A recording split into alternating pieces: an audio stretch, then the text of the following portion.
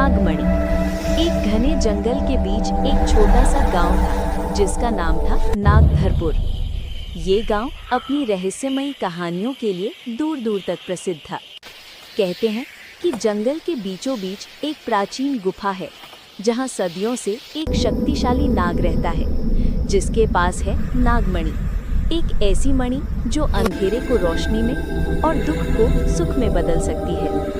गांव में अर्जुन नाम का एक बहादुर लड़का रहता था। उसे बचपन से ही नागमणि की कहानियां सुनने का बहुत शौक था।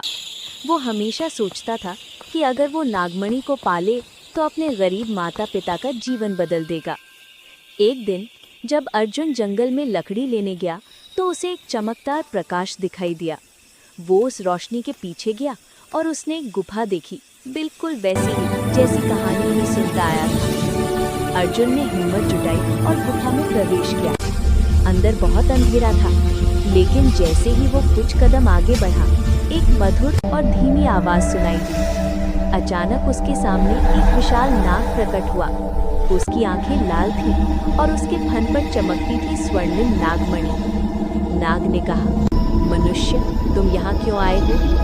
अर्जुन डर गया, लेकिन साहस करके बोला, मैं अपने माँ बाप का जीवन सुधारने के लिए नागमणि चाहता हूँ। नाग ने हंसते हुए कहा, हर कोई मणि चाहता है, पर उसके योग्य कम लोग होते हैं। मणि पाने के लिए तुम्हें एक परीक्षा देनी होगी। अर्जुन ने बिना सोचे राजी हो गया। नाग ने उसे जंगल में रहने वाले घायल हिरण की मदद करने को कहा। अर्जुन तुरंत दौड़ा। उसने घायल हिरण को पानी पिलाया, घाव साफ किया और घंटों उसकी देखभाल की।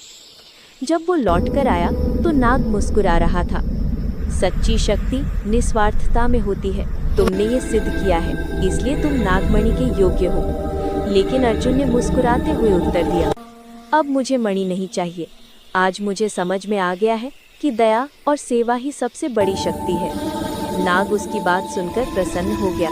उसने कहा, तुम्हारे हृदय की सच्चाई ही तुम्हें भाग्यवान बनाएगी। और ये कहकर नाग प्रकाश में विलीन हो गया। अर्जुन खाली हाथ लौटकर भी दुनिया का सबसे अमीर व्यक्ति बन चुका था। दयालुता और समझदारी से गांव वालों ने उसे सम्मान दिया और उसका जीवन सुख शांति से बीता। चैनल को सब्सक्राइब कीजिए।